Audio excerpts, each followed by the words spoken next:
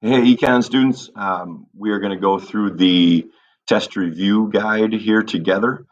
I'm going to go through and make sure that we've got all the stuff on there that we need to have on there to make sure that you are hopefully ready for the test in our next class period coming up here. And again, this is going to be going over our individual and household choices unit, unit 3. And feel free to obviously stop and fill things out as you need to get them filled out so that you have the good stuff to study for the test again come next class period. Hey, I'm going to do it this way so that you can stop it if you need to. You can fill some things out if you need to. And I encourage you to, if throughout the time you need to write down some questions or some things that you would like me to go back over with you, we'll have some time before we take the test next class period to open things up for a few minutes and ask any last questions that you might have. So on my screen here is I guess sort of the key for the individual and household choices test review. So let's start out with those terms that you need to define. That first term, bonds, those represent money loaned to a company or unit of government. And that's where a set rate of return is paid on it. Those are where people we can invest and buy those bonds, and typically they're from the government. So I might buy a $50 bond from the government. They're doing that to raise money for something they may need, or they're trying to take money out of the economy because that's $50 that otherwise I might spend on a new pair of jeans or fill up my truck with gas. And those are set for a certain amount of time, and so I might have an agreement then on that bond that I can turn that back in say 5 years, and then I will get a set rate of return. So maybe it says I'll get paid back $75 for the $50 bond that I bought. Number two, the invisible hand. That's the market force that drives you to make the best economic decision for yourself. Sometimes do this subconsciously. And oftentimes it just so works out that when we make the best decisions that we want for ourselves in terms of economic decisions, so job we're going to take, items that we're going to buy, what we're going to pay for certain things. It oftentimes not only works out for us for what we want, but also for the good of everybody in society. Stock, that is a share or piece of a company that can be bought. We've gone over that quite a bit, that when a company goes public, we read that Facebook Fever article about when Facebook went public, people could then buy a share or shares if they want to, a lot of stock in a company. Dividend. A dividend is a distribution of a portion of a company's earnings, and it's decided by the board of directors. So those are kind of the people that are running the company to share or to a class of shareholders. So again, when a company profits, when they do really well, oftentimes their board of directors, the people that are sort of in charge, decide to distribute some of that money that the company has made, some of their earnings, and pay back its stockholders. Psychic income, that is the non-monetary gain we get from taking some action. And oftentimes that's not money that we make. That's not like money income. Maybe if you volunteer somewhere or you do something good for somebody, your psychic income goes up. You feel better about yourself.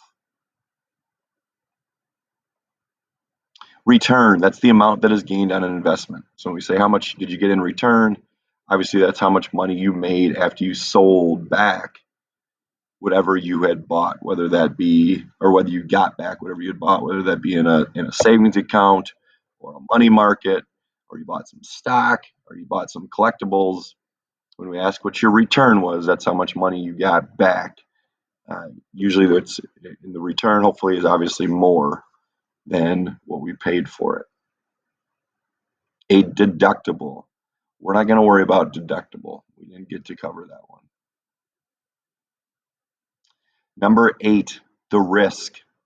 The possibility you take that you will lose your money on an investment. So a very risky investment in the short term, we've said, might be the stock market, because we don't know um, if we're going to be making money or losing money. The stock market kind of changes from a day-to-day basis. So the risk involved, and we went through some of that risk when we went through the investment chart. You had to figure out how risky an investment. So putting money into a savings account in a bank we said was very little risk because it's backed up by that FDIC. The government is going to back up your money up to 150 or $250,000. A mutual fund, that is where groups of people invest in stocks. So myself, and I don't get together with a group and decide. I just give it to my stockbroker or my financial advisor, and that person takes a bunch of different people's money, so a whole group of people, and then invests it in stocks and bonds and other investment vehicles as chosen by the professional manager. So that would be the financial advisor.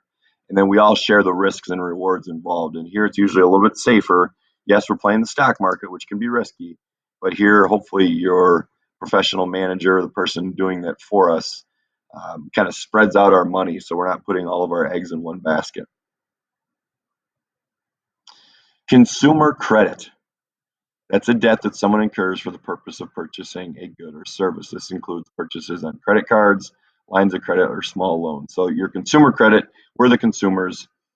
Credit is where someone is giving us credit that we're going to pay them back, and they will oftentimes then loan us some money like a credit card does. They kind of loan us their money so that we can use it as long as in their banking that will pay it back to them at the end of each month. A credit card, we've talked about that a lot. That's simply that plastic card used to make purchases on borrowed money. A debit card is a little bit different. Same thing, plastic card, but it's used to pay for purchases that are withdrawn from funds that we already have in our checking account. That's the big difference. The credit card, we're using money that we don't necessarily have now. The debit card is pulling money right from our checking account, money that we've already earned, that's already in the bank. We already have that money. 13, compound interest. That's interest calculated on the initial investment. So if the investment is $100, that's the initial investment, and also on the accumulated interest of previous periods of a deposit or a loan. So that's where it keeps building. The interest rate keeps building on the new principal. So if it's a 2% interest, we put our money in a savings account for 2%. At the end of the year, I have $102. Well, if I leave it there again on 2% interest, compound interest tells us that now we will calculate 2%, not on the original $100, but now on the new $102. So it keeps getting a little bit larger and larger and larger. Whereas simple interest, number 14 here, that's a quick method of calculating the interest charge on a loan. On the simple interest, they just keep going back to the original amount. Okay, so we would keep calculating the interest on the $100 and add $2 every year. Number 15, interest. That's price paid for the use of money. Price paid for the use of money. So when the bank is paying us interest when we put our money in a savings account, that's like their little thank you. They're paying us so that they can use our money to loan it out. Insurance, we're going to keep cruising past that one because we didn't cover the insurance stuff. Opportunity cost, we've covered that in like every unit that we've had this semester. The value of the alternative that you must give up when you make a choice. So if I choose to put my money in a mutual fund, the opportunity cost is putting my money somewhere else, maybe buying stocks or maybe spending the money. It's whatever we gave up when we make a choice. Liquidity, number 18, the ability to convert an asset to cash quickly. How quickly can we get our money back, cash in hand? So we've talked about liquidity with certain types of investments. When my money's in a savings account or a checking account at the bank, it is, excuse me, very, very liquid. Because I can go to the bank right now, today, and get my money back. If I put my money into buying custom-made cars or something like that, or classic cars, and I've got a 1968 Corvette, that's probably not very liquid because I need to find someone, first of all, that wants to buy it, someone that has that much money because it's probably very, very expensive. Maybe it's $100,000. And then we got to make a transaction through the bank. And for that much money, it could take a little bit of time for that money to be moved from that person's bank account to my bank account. So that's much less liquid of an investment. And then we've talked about some of the stuff with the stock market. If you've got money in mutual funds or a stock market, it's kind of in between. You can get your money out, but it might take a couple of days. The FDIC, Federal Deposit Insurance Corporation. That's set up by the government and that protects our bank accounts up to $250,000, which usually says that most of our investments, if it's in a bank, so a savings account, a checking account, sometimes a money market, those things are very, very, very safe because even if the banks for some reason lose our money or I don't know what happens, and I go to the bank today and say, hey, I have $1,000 in my bank account. I would like that back today. And they said, well, we can't get it for you because we lost all your money. The FDIC, which is part of our government, will find it or pay me themselves the $1,000 that I had in there. All right, number 20, the periodic rate. That's the interest rate charged on a loan or realized on an investment over a specific period of time. The periodic rate. You'll oftentimes hear credit card companies talk about the APR, the annual periodic rate. That's the amount, again, of interest charged on a loan over a certain period of time. 21, the rule of 72. That is where you divide this to see how many years it will take for your money to double. So if you've got, and that's at a specific interest rate. So if you've got $100, if you want to figure out how long it's going to take for that $100 to double, to turn to $200, you can take the 72 and you divide it by the interest rate, and you can figure that out, and it will give you the amount of time for your $100 to get to $200. And lastly, a purchase enabler. That's someone who uses a credit card to buy things only when they have the money to pay the bill already. So if I was going to go buy a bike this weekend for $200, I'm a purchase enabler if I still use my credit card, but yet I already have the $200 sitting in my bank account. So essentially, I didn't need to use the credit card. I could have just used my debit card or gone to the bank and pulled out my money and brought the $200 to the bike store. But I use my credit card anyways for whatever reason. Sometimes people do that because they know they get some of those rewards or points using their credit card. And then I know that at the end of the month, when I get my $200 credit card bill, I know I have the money because I already have it. I've already made that money. All right, so those are kind of those key definitions and terms. That doesn't mean that's going to be all of them, but that's a lot of them. If you know those things pretty well, you're going to be in good shape for the part of the test where you might need to know definitions and some key terms. Again, if you have a question about one of those things, jot it down so that you can ask me when we get back to class on for sixth hour it'll be Wednesday, and for first and fifth hour that will be on Thursday. All right. Okay, here's kind of a watered down version of that investment chart that we did the other day in class with everybody. I think each group was assigned one or two of these. So the investment options are on the left. And then there's a small description of them here. And then you need to know these rate of returns. Like how much money are you usually getting back if you choose that specific investment option? So first of all, we've got mutual funds. The definition again is right up top. That's where a bunch of people kind of pool their money together and invest their money. The return is lower than stocks, although we are using the stock market there. Whoever's in charge of that mutual fund or your mutual fund, they're investing that money into the stock market, but it was a higher return than the CDs, those certificate of deposits, or a savings account. Land is obviously property, physical land that you can go buy, whether that be with a house on it or a building on it or farmland that you bought or some hunting land that you bought. That's property. And the return on that depends on the location, the climate, the size, and what it's on and around. Typically, over a long period of time, just like the stock market, the land value goes up, although it could go down if all of a sudden, let's say, I think I mentioned in class, a gas station gets built right next to it, or like a big factory gets put right next to it, where there's pollution and runoff of bad things and trash coming onto your land. That may actually drop the value of your land.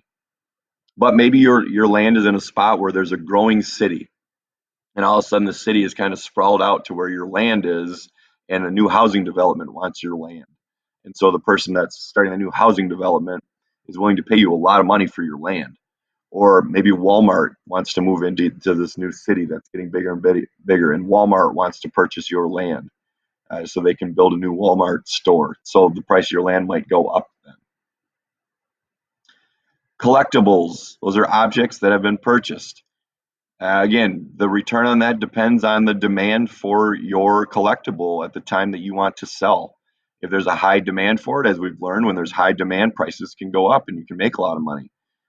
Or if it's a scarce collectible, if you've got something that there just aren't a lot of out there, then the price probably goes up, as opposed to, hey, if there's a craze like for Beanie Babies a long time ago, and all of a sudden the demand for those goes way down, your Beanie Babies may have lost value, or they're less expensive, or you can sell them for less than what you actually bought them for.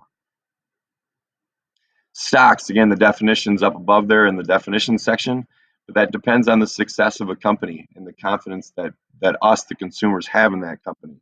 Because if the company's doing really well, people get excited about that company and they want a piece of it. And that piece might be your share of stock. And so there is higher demand for your stock or the stock in that company, which means the stock prices go up. They increase in value, as opposed to the opposite. If people aren't excited about a company, or they don't think a company is doing very well, or a company's not doing very well, then people don't demand that stock as much. And so when demand goes down, the prices of stuff go down, and that includes stocks. Bonds, again, another thing that I think it was the first thing in the definitions up above, and those are set when purchased. So if I purchase a bond, it is set. Like, I know the rate of return, whether that's a percentage or an exact dollar amount. It is like written on that bond that tells us, when I return this bond in 5 years or 1 year or 10 years, whenever, I know exactly how much money I'm going to get back because it's been agreed upon when I bought that bond. The money market, that's an account allowing investors to gain money from a checking account. So obviously it's done through a bank. The rate of return there is usually about 2 to 3%. So not extremely high, maybe a little bit higher than a savings account, a little bit lower maybe than a CD, or a CD could be at 3 to 5%. A savings account, we've talked about that being a standard bank account that you can keep at a bank. Many of you probably have a savings account already. Again, very, very low rate of return, 1 to 2%, so not much at all, but a very safe place to keep your money.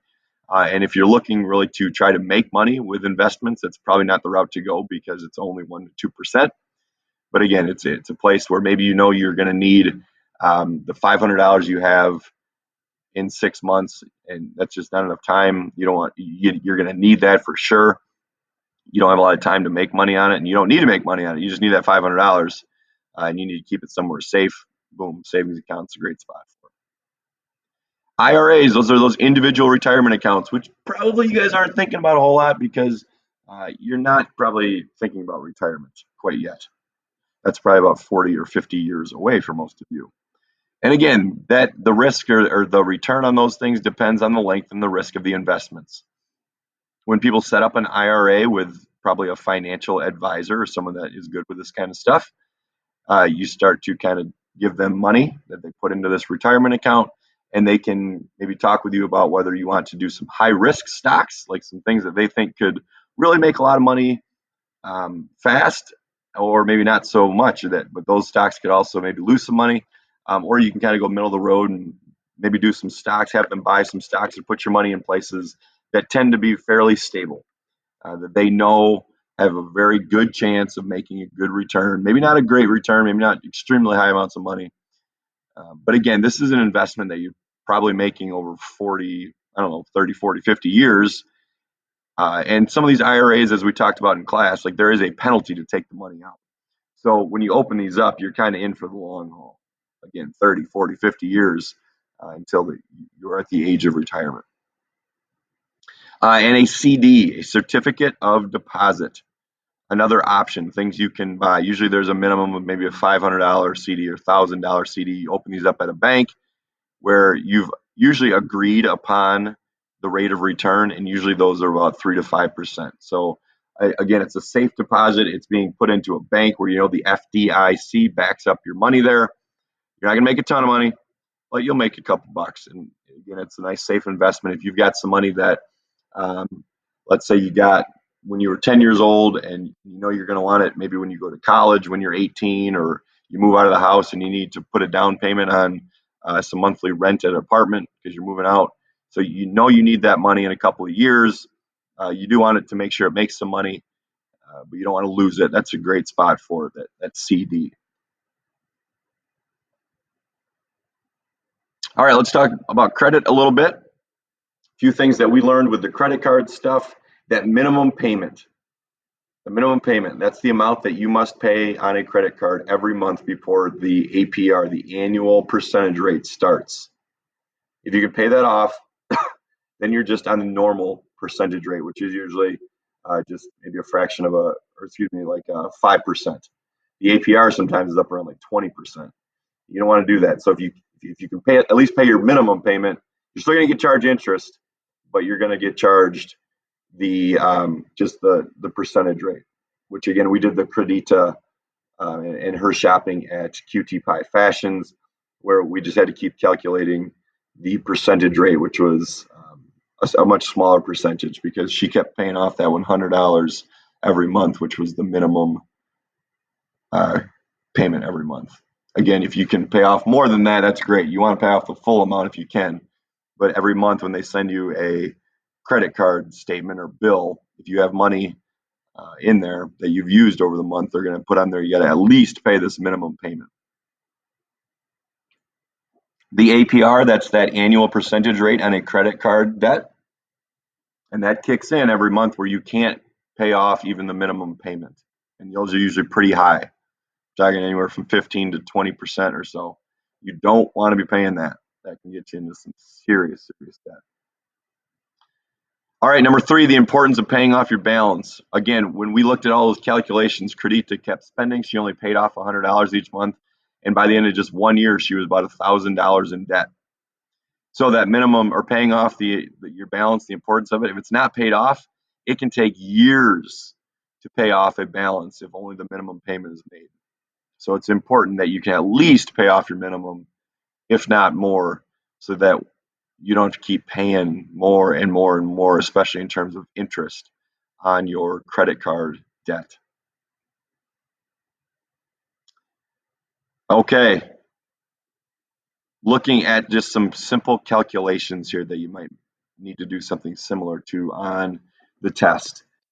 So, number 1 here, if you made a one-time deposit of $300 into a savings account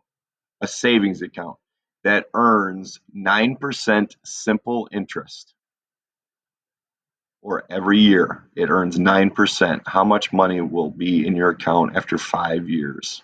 Remember, simple interest is when interest is just calculated back on the original amount. Okay, so in year 1, 300 times 1.09 gets you to $327.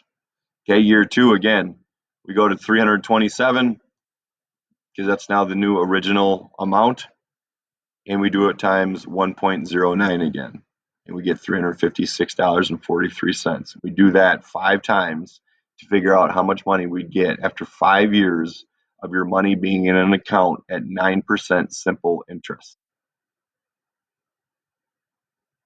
Hey, number 2, don't worry about this part here. I'm going to go through it just so that I guess this is sort of our mini lesson on insurance, but we're not going to do it on the test. There is a piece of it on there, but if we have it on the test, if you see this, it'll be kind of maybe a little extra credit portion on it, because this is the first time we're really looking at it. Because this is a little bit about how insurance works, and I would like to come back to it later in the year when we have some more time for it. We just don't have time for it now, so we're not going to put it as something that you're going to actually be tested on.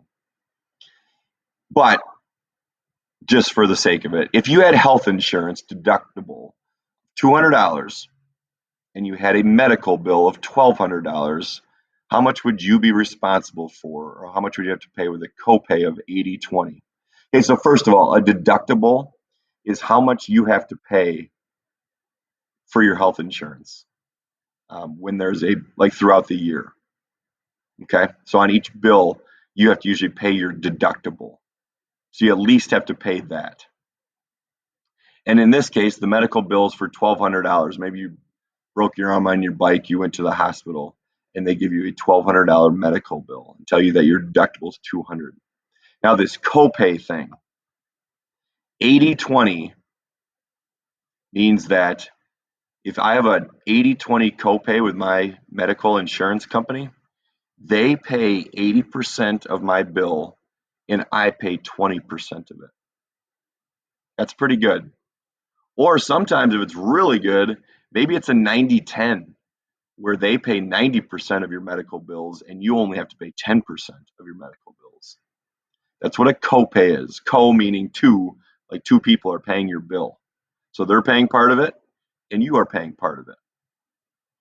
So again, the calculation here is that the total bill is $1,200. The deductible, okay, the deductible is $200. Okay, so that drops the new bill to $1,000 because I had to pay the deductible right off the bat. That was my deductible. So up to $200 of any medical bill I have to pay. But at $200, I can stop. Then, so now I've got my new bill of $200. Excuse me, of $1,000. The insurance we said covers 80% of the new total bill because they have an 80/20. And I pay another $200 because that's my 20% of the 1,000.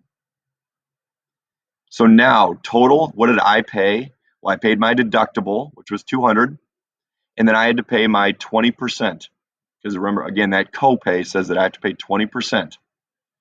And 20% of this new bill of 1,000 is $200. So I paid 200 for the deductible, 200 for my share of the copay.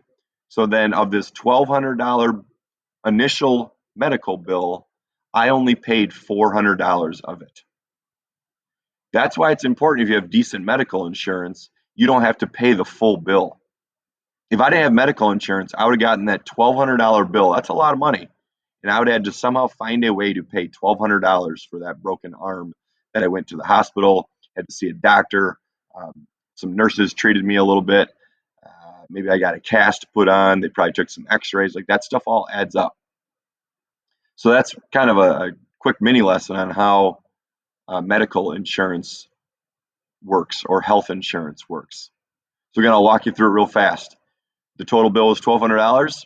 My deductible, which says that's how much I have to pay every time there's a medical bill for me, up to $200. So if the medical bill was only $150, I would have to pay the whole thing because it's less than that $200 deductible. But now that I paid the $200 deductible, now the new medical bill is at $1,000. The insurance is going to cover 80% of that, which is $800. I have to cover the other 20% of it because of my 80/20 copay. So I've in total paid my $200 deductible and my 20%, which is $200. I paid a total of $400. So I actually only had to pay a third of my total initial $1,200 bill. So if you've got questions over any of that stuff that we just went over, write it down. And if you want to know like now, email me, or if you're still in class working on this thing, go ahead and ask me what those are. Will everything on the test be on this test review? No, but pretty much most of the stuff is. And if you've been paying attention in class, you've been doing the assignments, and you can do most of the stuff on here, you're going to be in really good shape for the test. Again, for 6th hour, that test is going to be on Wednesday. For 1st and 5th hour, that test is going to be on Thursday. If you are not here the day of the test, you will then take it the next day that you are in class. Those days, that's all we're going to be doing for those days. So we'll treat it like we have in the past, where at the beginning of class, if you've got questions that you want to ask real quick in front of the class, I'll kind of open it up for a few minutes. And then as soon as you are ready to take the test, you'll be able to come up, get the test from me, head back to your seat and take the test. If you want to stay at your seat and study for a little bit longer, that's great. You'll be able to do that. Again, as soon as you are ready then to take the test, you'll be able to come up to the front, get it from me, and we'll be good to go. All right, hopefully you're using this study guide to study up, and you should be just fine on the test if you're feeling good about this.